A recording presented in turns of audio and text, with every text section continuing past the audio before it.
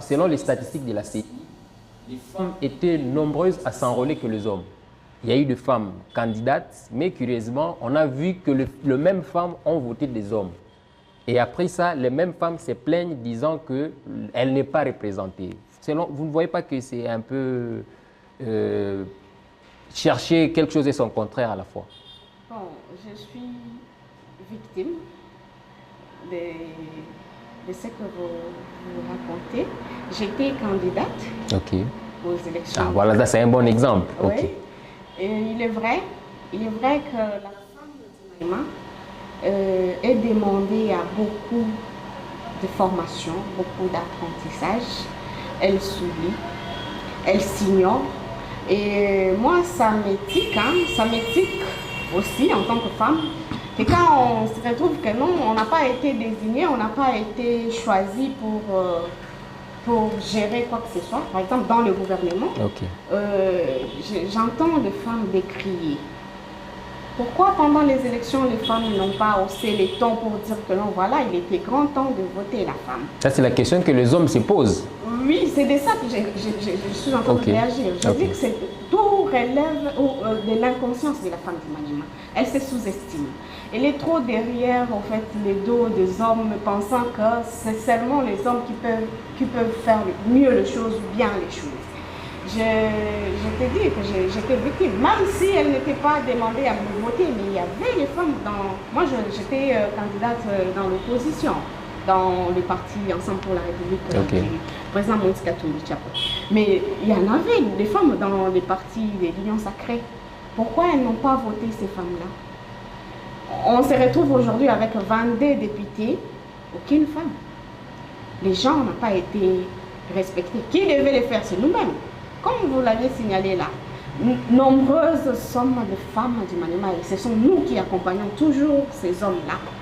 Mais quand il s'agit des choses, on avait cette opportunité-là, cette occasion, c'était une bonne passe. Voilà. Comme on dit, penalty sans gardien. Penalty sans gardien. Mais moi, en fait, le mot victime là, j'ai été escroquée par la femme. J'ai été escroquée par la femme comment? J'étais candidate. Mais je pouvais voir les femmes qui venaient chez moi et qui allaient ailleurs, dans l'idée de trouver les miettes. Et j'avais conclu que c'était de la pauvreté mentale.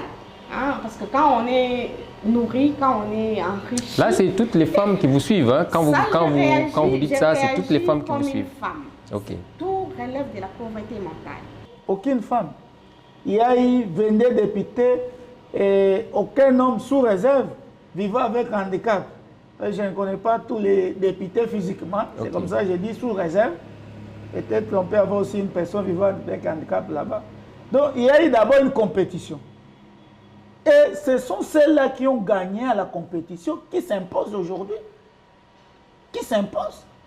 Parce que personne, entre mes deux co-débatteurs, va me contredire que tous ceux-là qui ont été nommés sont de l'émanation des députés, surtout provinciaux.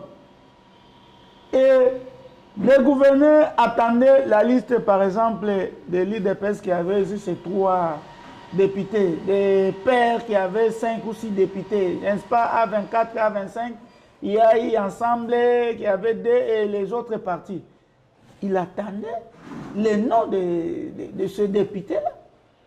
Et vous pouvez citer déjà, donc, selon vous, la personne vivant avec handicap, la femme du Maniema, ne pouvait pas se plaindre?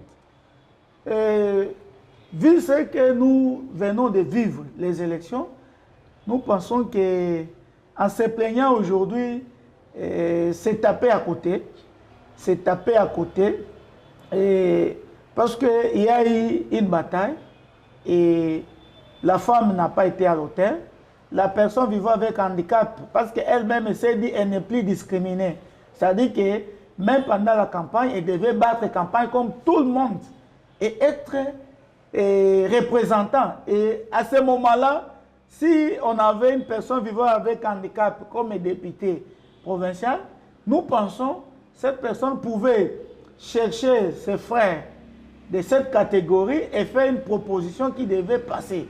Donc, pour nous, nous pensons que ce qui est fait est fait. Parce qu'il y a ceux-là qui sont passés dans des médias pour dire que non, que l'Assemblée provinciale ne puisse pas investir ce gouvernement. Et pour nous, nous pensons que cela ne va pas faire avancer la province.